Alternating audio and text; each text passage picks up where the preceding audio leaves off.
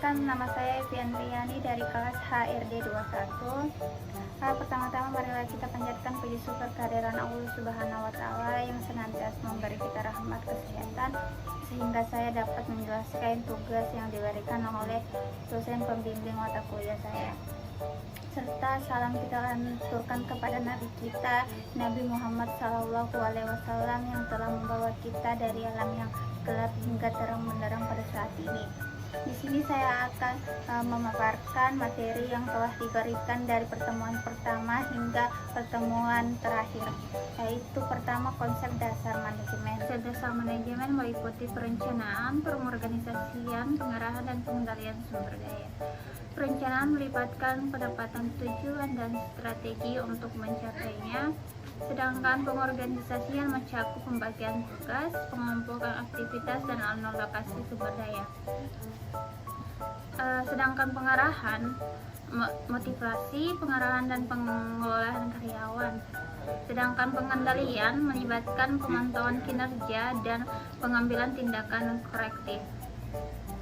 Jadi manajemen adalah proses yang struktur untuk mengelola sumber daya dan memastikan pencapaian tujuan organisasi.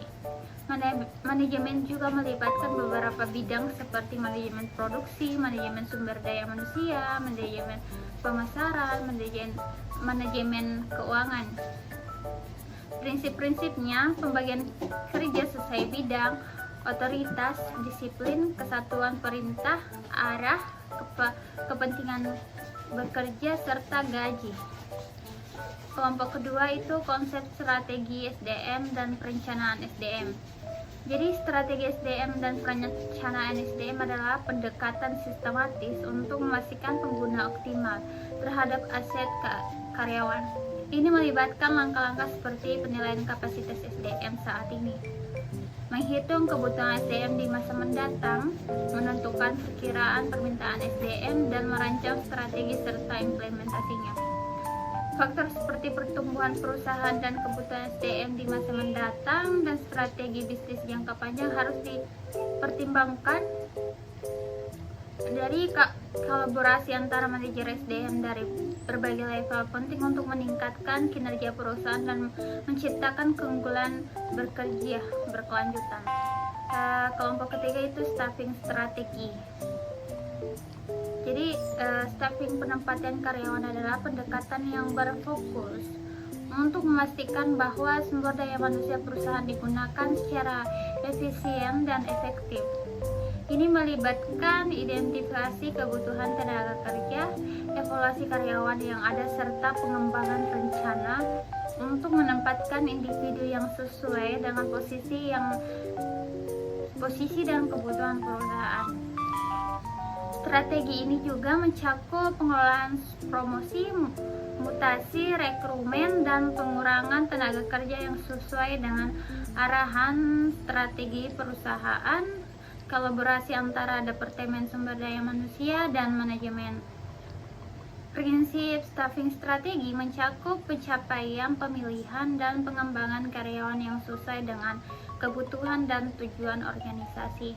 Ini melibatkan pemahaman mendalam tentang tugas-tugas yang dilakukan, serta kultur dan nilai perusahaan. Prosesnya harus transparan, adil, dan memungkinkan untuk mengembangkan karir yang berkelanjutan bagi karyawan. Fungsinya untuk memastikan bahwa perusahaan memiliki tim yang tepat dengan keterampilan, pengetahuan, dan kepemimpinan yang sesuai untuk mencapai tujuan jangka panjangnya. Rekrutan, proses menarik calon karyawan yang sesuai dengan kebutuhan dan budaya perusahaan.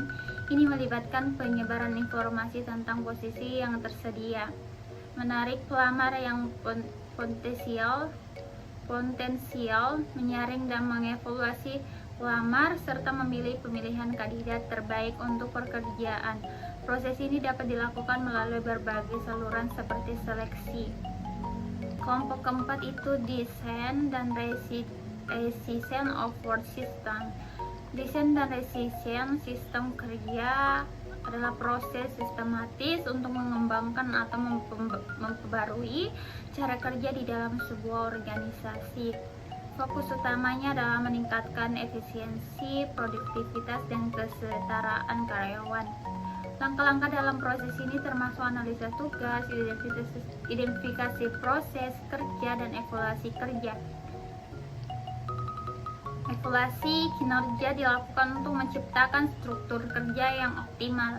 Sementara dalam meredaksi sistem kerja, fokus adalah pembaruan yang penyesuaian sistem kerja yang sudah ada untuk meningkatkan hasil respon terhadap perubahan lingkungan atau kebutuhan organisasi. Faktor-faktor yang perlu dipertimbangkan: faktor teknologi seperti perkembangan teknologi. Kedua, kebijakan perusahaan, kebijakan internal. Ketiga, karyawan, kepuasan, kesehatan, dan keamanan. Keempat itu tuntunan pasar seperti perubahan pasar. Adapun metode desain sistem kerja itu analisis tugas, analisis ekonomi, pendekatan partisipatif. Tantangannya resistensi perubahan, biaya implementasi, dan ketiga itu kesesuaian dengan regulasi. Desain dan resisten sistem kerja adalah langkah krusial dalam meningkatkan efisiensi yang produktivitas. Dengan mempertahankan faktor-faktor yang relevan, menerapkan metode yang sesuai, dan mengatasi tantangan yang mungkin muncul, kita dapat mencapai hasil yang positif. Kelompok 5, hukum dan undang-undang tenaga kerja. Hukum dan undang-undang tenaga kerja mengatur hubungan antara majikan dan pekerja serta hak-hak dan kewajiban keduanya. Ini termaksud peraturan terkait dengan kontrak kerja, upah, jam kerja, cuti, keselamatan kerja, dan pelindungan pekerja. Tujuan adalah untuk memastikan perilaku yang adil dan aman bagi pekerja, serta mempromosikan hubungan yang seimbang antara bos dan pekerja dalam lingkungan kerja. Undang-undang ini juga menetapkan prosedur penyelesaian perselisihan antara majikan dan pekerja. Adapun itu manajemen kinerja. Manajemen kinerja ini melibatkan proses pengolahan dan peningkatan kinerja individu, tim, dan organisasi secara keseluruhan. Ini termaksud penetapan tujuan, penilaian kinerja, umpan balik, pengembangan karyawan, dan penghargaan. Tujuan utamanya untuk meningkatkan produktivitas, efektivitas. Hukum dan undang-undang tenaga kerja sepakat peraturan yang mengatur hubungan antara kerja dan majikan di tempat kerja itu: pertama, kewajiban majikan harus memberikan lingkungan kerja yang aman dan sehat sesuai dengan peraturan yang berlaku. Kedua itu hak pekerja memiliki hak untuk upah yang adil, serta cuti yang diizinkan, dan perlindungan terhadap diskriminasi di tempat kerja. 3. Jam kerja. Undang-undang menetapkan batasan jam kerja termasuk waktu istirahat dan libur mingguan, serta pembayaran lembur kerja melebihi jam kerja normal. Keempat itu perlindungan terhadap PHK. Kelima, perlindungan terhadap diskriminasi. Keenam, perlindungan terhadap kesehatan dan keselamatan kerja. Ketujuh itu pensiun dan jaminan sosial. 8. Hak untuk berorganisasi. 9. Kewajiban untuk membayar pajak. Manajemen kinerja, proses yang digunakan oleh perusahaan untuk memastikan bahwa karyawan mencapai tujuan individu mereka sejalan dengan tujuan organisasi secara keseluruhan. Adapun poin-poinnya itu: pendapatan tujuan, kedua pengukuran kinerja, ketiga umpan balik, keempat pengembangan karyawan, kelima penghargaan dan pengakuan, 6 pencapaian karir, dan lain-lain. Adapun materi dari kelompok 6 itu sistem kompensasi.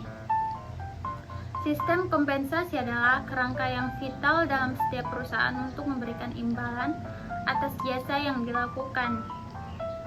Tujuannya untuk memotivasi, mempertahankan, menarik bakat, serta memastikan kesetaraan finansial karyawan dengan memperhitungkan faktor seperti kinerja, pendidikan, pengalaman. Sistem kompensasi efektif dapat meningkatkan produktivitas dan kepuasan karyawan serta mendukung pencapaian tujuan perusahaan. Adapun komponen-komponen kompensasi seperti gaji, upah, insentif. Faktor yang mempengaruhi kompensasi: produktivitas, kedua kemampuan untuk membayar, ketiga kesediaan untuk membayar, empat supply dan permintaan, kelima organisasi karyawan. Adapun itu materi dari kelompok 7 itu hubungan individual. Hubungan individual adalah hubungan antara semua pihak yang bersangkutan atau berkepentingan atas proses produksi atau pelayanan biasa di suatu perusahaan. Adapun prinsip-prinsip dari hubungan individual, hubungan individual berdasarkan pada persamaan kepentingan unsur atas keberhasilan dan kelangsungan perusahaan. Dengan demikian, hubungan individual mengandung prinsip-prinsip sebagai berikut ini: pengusaha dan pekerja. Demikian, pemerintah dan masyarakat pada umumnya sama-sama mempunyai kepentingan atas keberhasilan dan kelangsungan perusahaan. Kedua itu, perusahaan merupakan sumber penghasil bagi banyak orang. Ketiga, pengusaha dan pekerja mempunyai hubungan fungsional dan masing-masing mempunyai fungsi yang berbeda dalam pembagian kerja atau pembagian tugas. Keempat, pengusaha dan pekerja merupakan anggota keluarga perusahaan. Kelima, tujuan pembinaan hubungan individual adalah menciptakan ketenangan perusahaan dan ketentuan pekerja supaya dengan demikian dapat meningkatkan produktivitas perusahaan. Peningkatan produktivitas perusahaan harus dapat meningkatkan kesetaraan bersama, kesejahteraan pengusaha dan kesetaraan pekerja. Adapun itu kelompok 8, strategi SDM globalisasi. Jadi strategi sumber daya manusia globalisasi adalah pendekatan yang dirancang untuk mengelola sumber daya manusia karyawan dalam konteks bisnis yang beroperasi secara internasional atau lintas batas negara.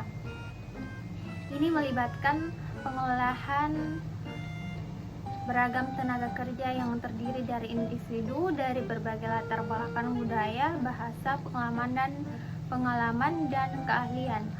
Jadi tujuan SDM global adalah untuk memastikan bahwa organisasi dapat mengelola tenaga kerja global dengan efektif dan efisien, serta memanfaatkan keberagamaan budaya dan keahlian karyawan untuk mencapai tujuan bisnis internasionalnya. Ini melibatkan pengakuan dan pemahaman terhadap perbedaan budaya, hukum, dan praktik bisnis yang berbagai negara, serta penyusunan kebijakan dan prosedur SDM dengan menyesuaikan dengan konteks global. Sekian dari paparan materi yang sudah saya jelaskan, baik kurangnya atau mohon dimaafkan. Waalaikumsalam warahmatullahi wabarakatuh.